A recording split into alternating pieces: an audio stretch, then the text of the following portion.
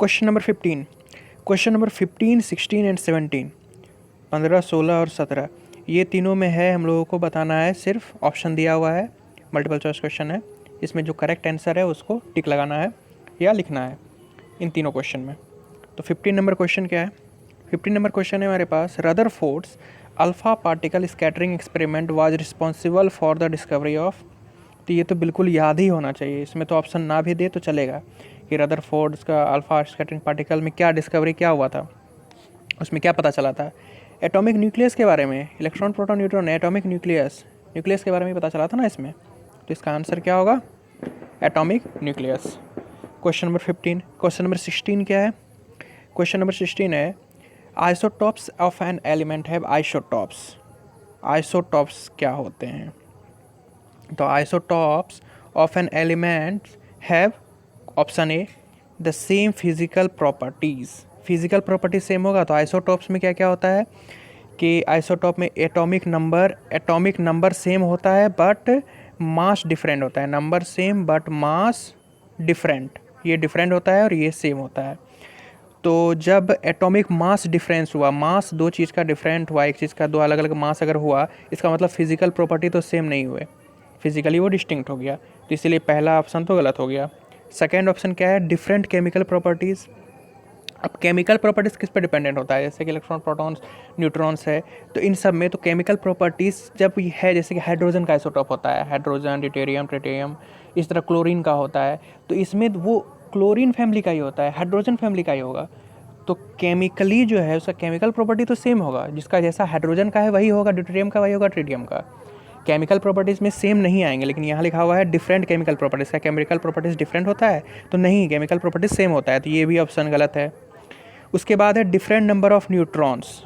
हाँ, तो न्यूट्रॉन्स तो डिफरेंट होंगे ही, न्यूट्रॉन्स डिफरेंट होंगे, ये होगा इसका आंसर।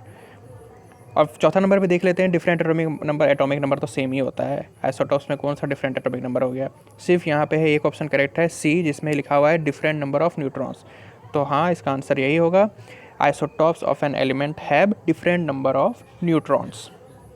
क्वेश्चन नंबर 16 हो गया ये। Question number 17। क्वेश्चन नंबर 17 क्या पूछा गया है? Number of valence electron in chlorine minus ion.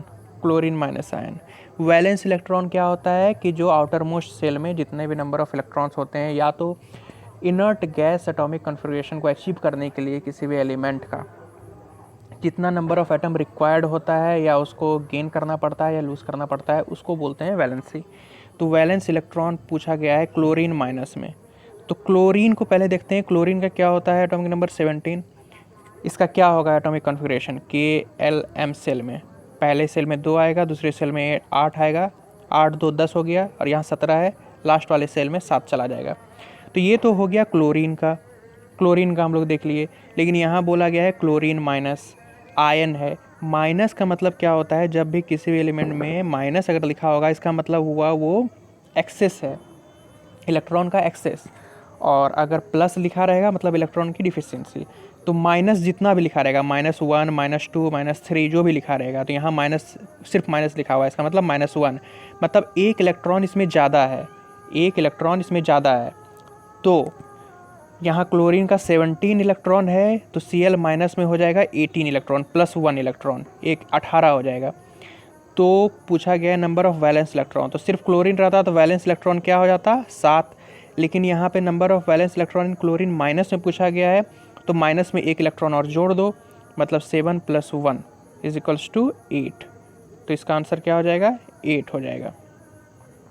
देखते हैं B, 8। इसका एक्सप्लेनेशन अगर आप लोग चाहें समझने के लिए, तो यहाँ लिखा हुआ है, electronic configuration of chlorine atom is 17, will be K में 2, KLM, M में 8 और M में 7, L में 8, K में 2। ठीक है।